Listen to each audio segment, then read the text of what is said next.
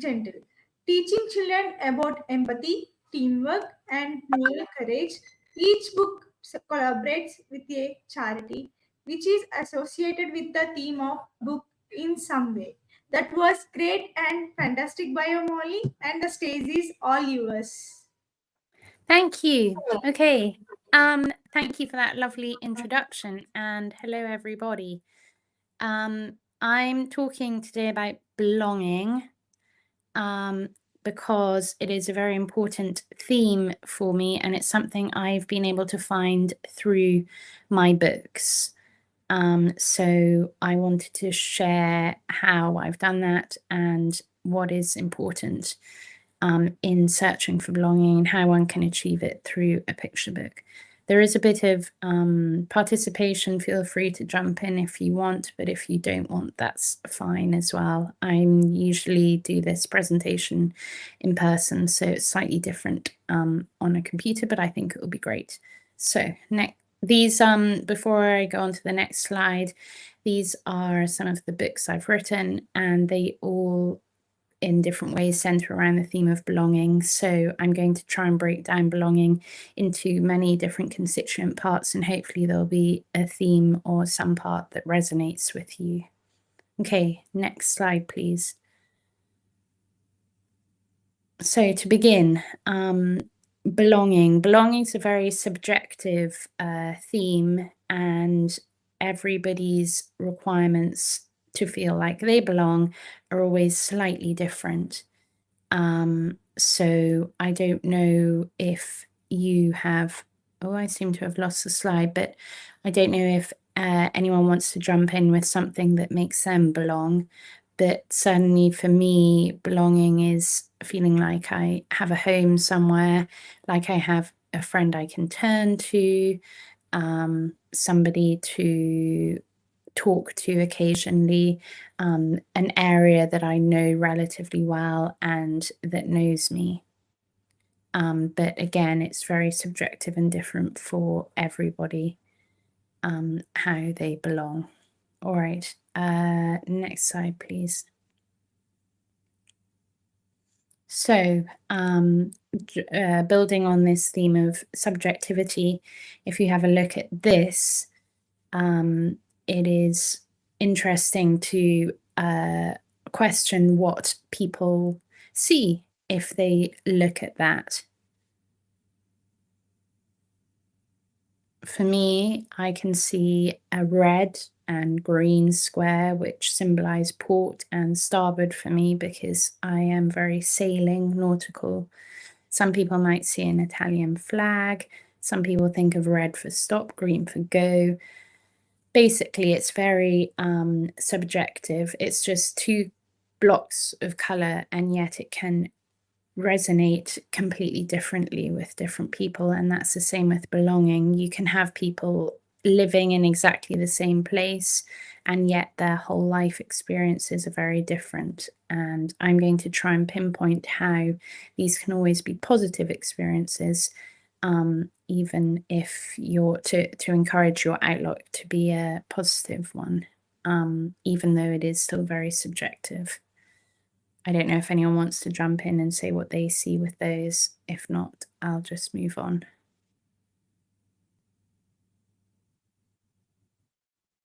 Okay, next slide, please. So, breaking down the be, I'm going to look at different things you can be, or places you need to be in to then start this journey of finding where you belong. Certainly for me, I was not enjoying my life in London very much. It was a very hard experience for me, very fast-paced and incredibly lonely. So I was in a slight state of desperation when I started writing. And then suddenly I had these fictional characters, fictional friends who I didn't have to try so hard to make time for or to be around. The universe, again, has a way of kind of bringing things into my life, like the universe told me that I needed to start writing one day, and I listened to it. I think the universe can tell us all sorts of different messages, and yet often as people get older, they kind of develop extra layers, a bit like an onion, and then it is rather hard to take these layers off and listen exactly to what the universe is telling you. Also, ignorance is bliss. If I was starting this writing journey again from the very beginning, I'm not sure I'd do it in exactly the same way, as sometimes it is incredibly hard work. But being from a point of desperation, you don't really mind that, and you're prepared to put in the hard work. All right, next slide, please. You have to be brave. We lost our cat on a ferry. That was prompted me to start the theme of writing in a way to encourage others to be brave, to help my mother to be brave, to help my cat to belong in a fictional world, even though he wasn't part of our real world anymore. You have to take the risks.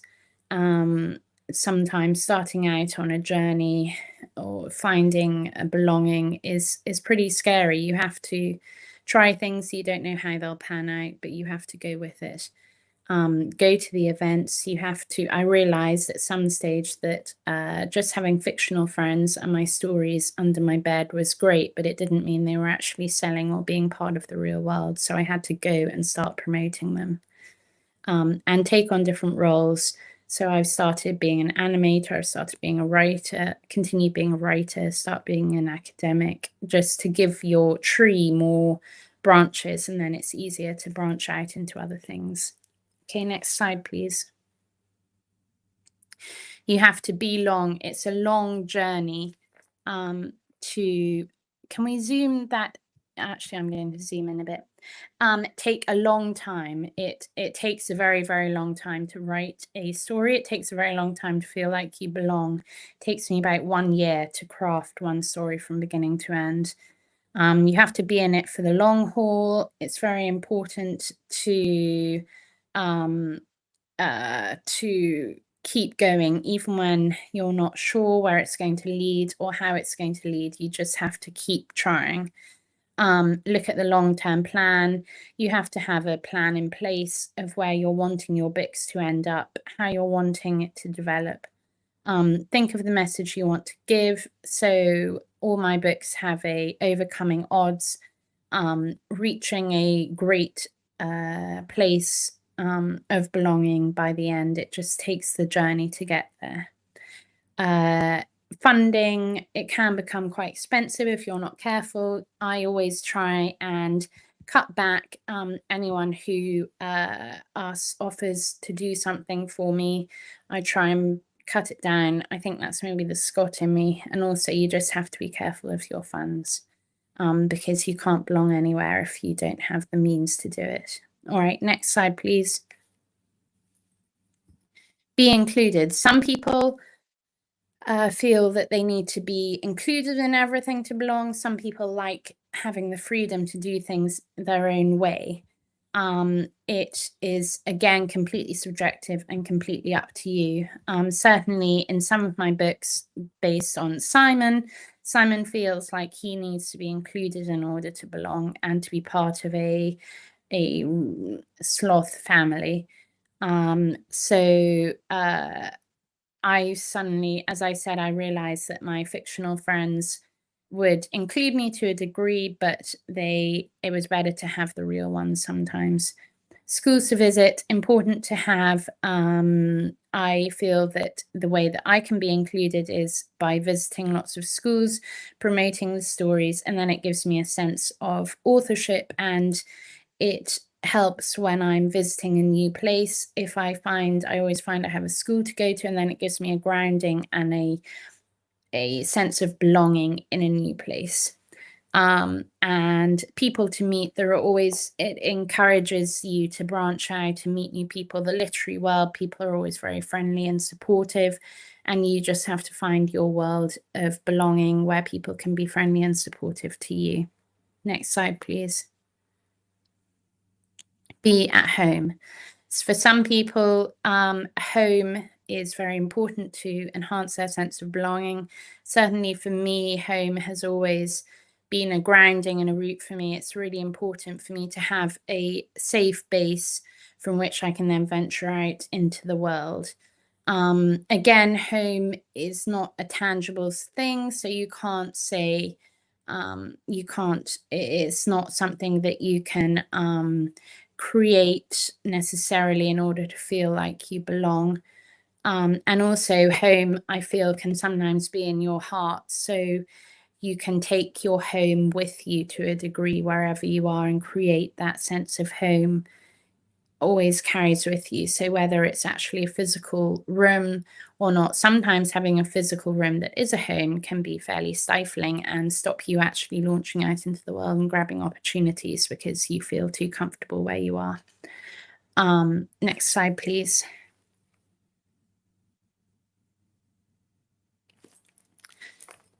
Be surrounded by friends.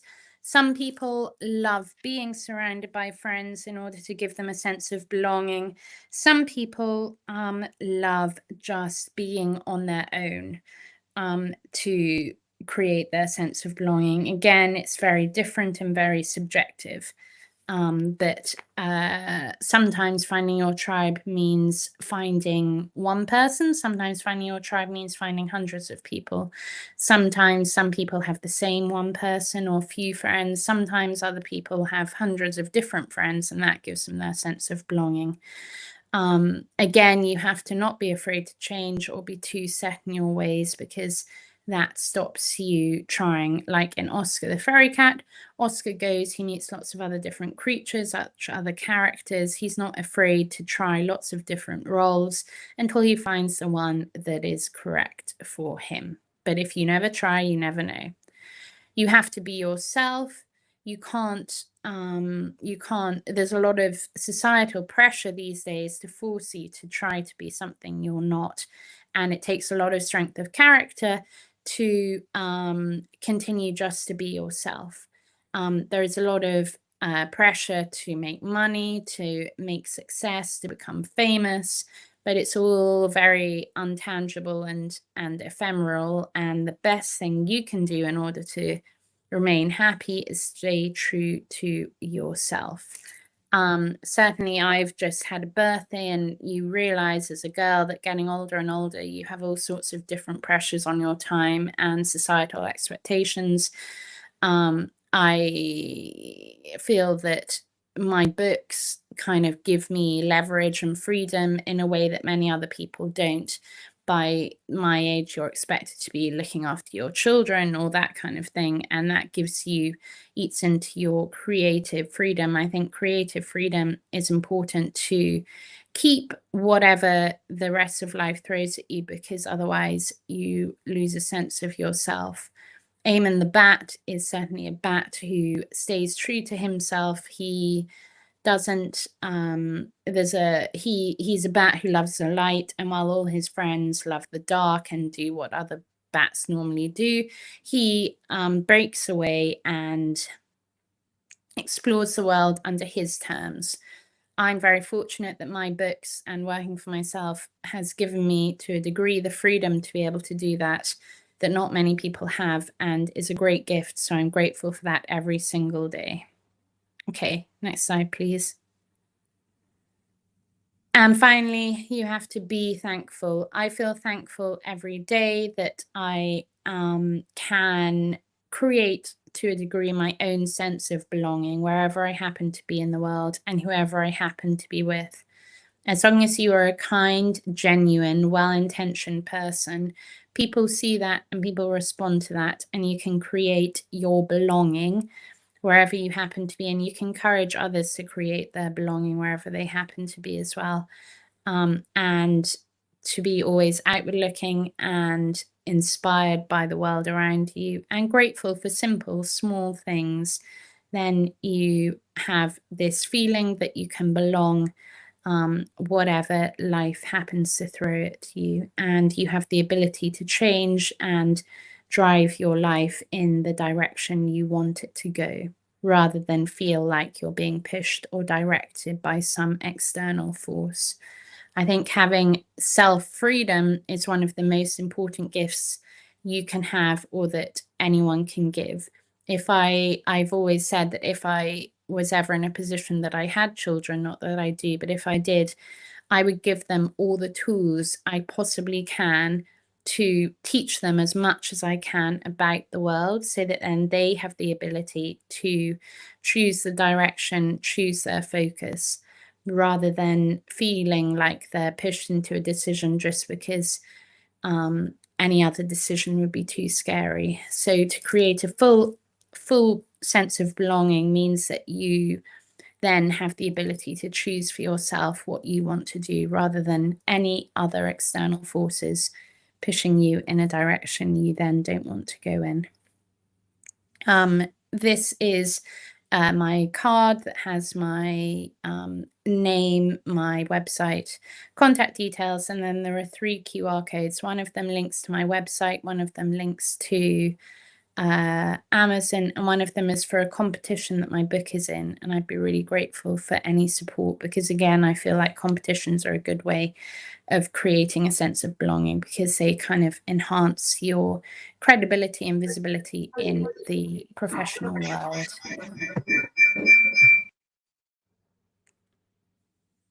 Okay, that's kind of my that's a rather rushed summary of my presentation, but I hope it gave you a bit of food for thought.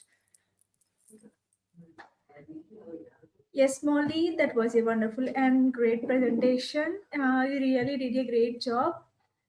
And we have a few questions from our audience. I would like to ask one of them. Yeah. Yeah.